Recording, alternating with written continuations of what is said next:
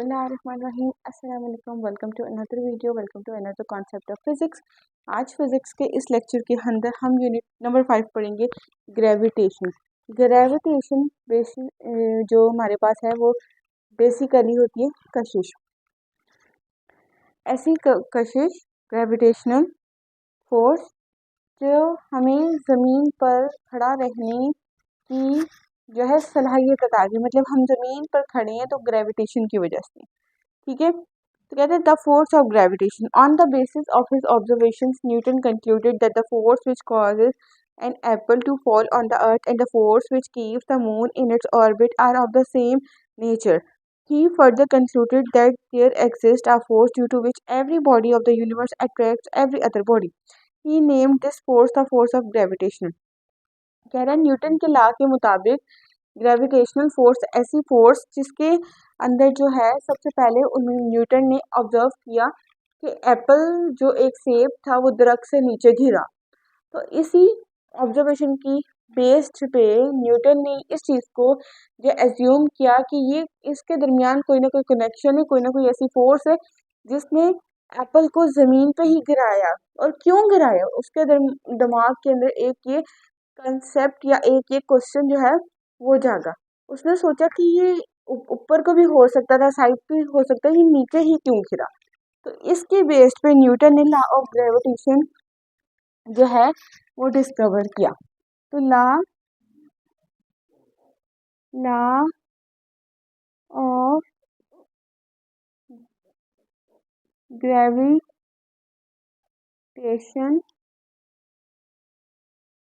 ठीक है, law of gravitation के मुताबिक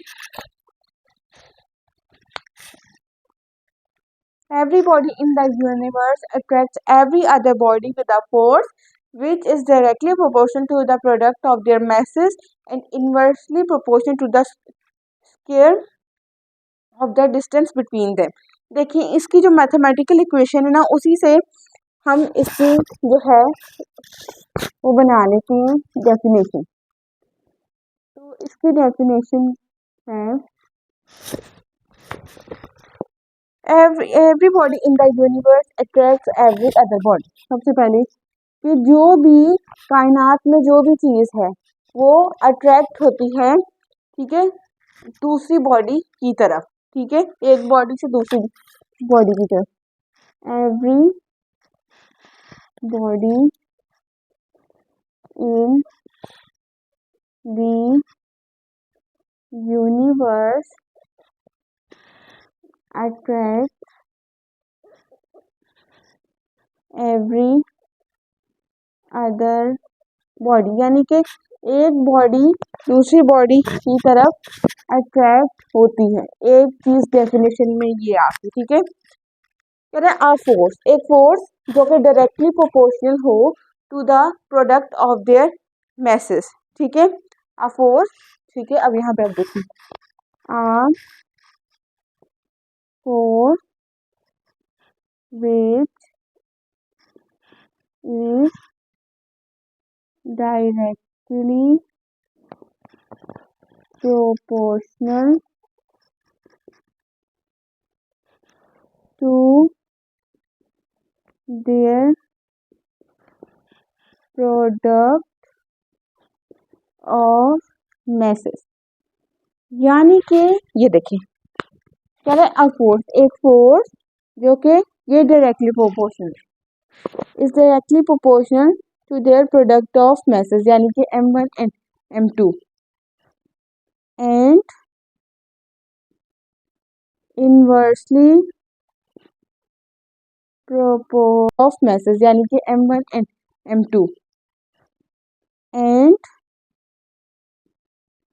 इनवर्सली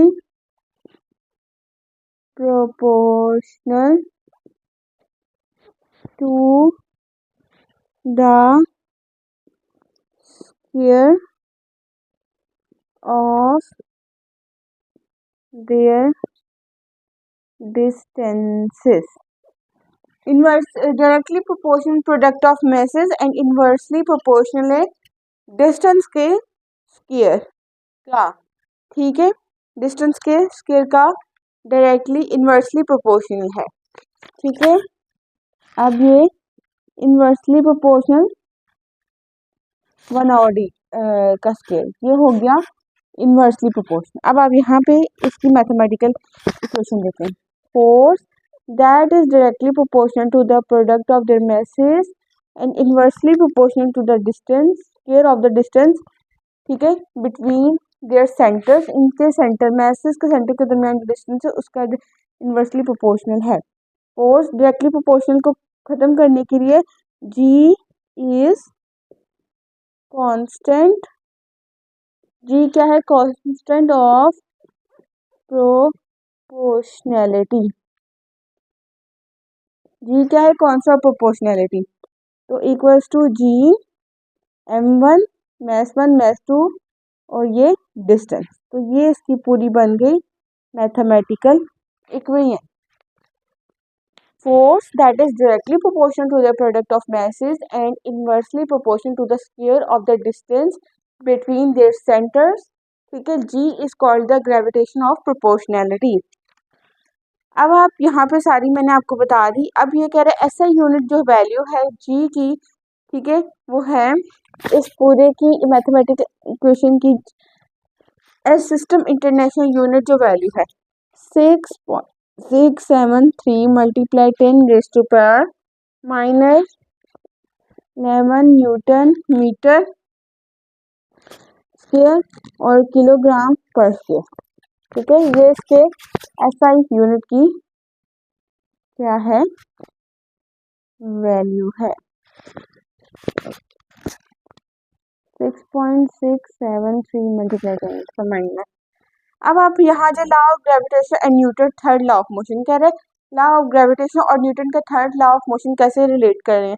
तो आपने नोट किया होगा कि mass 1 अट्रैक्ट करता है mass 2 की तरफ एक फोर्स की वजह से, ठीक है, एक फोर्स से यानी कि किसी फोर्स है विच कह रहे हैं mass 2 अट्रैक्ट करता है mass 1 की तरफ।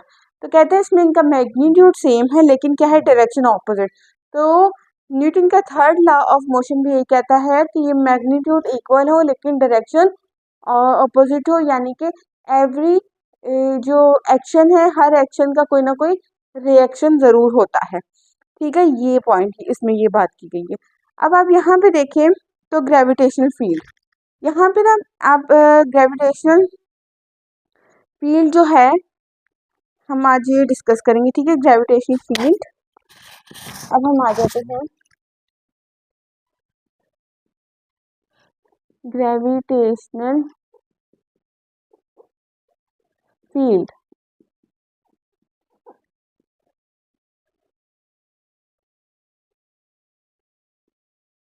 ठीक है, ग्रेविटेशनल फील्ड क्या है।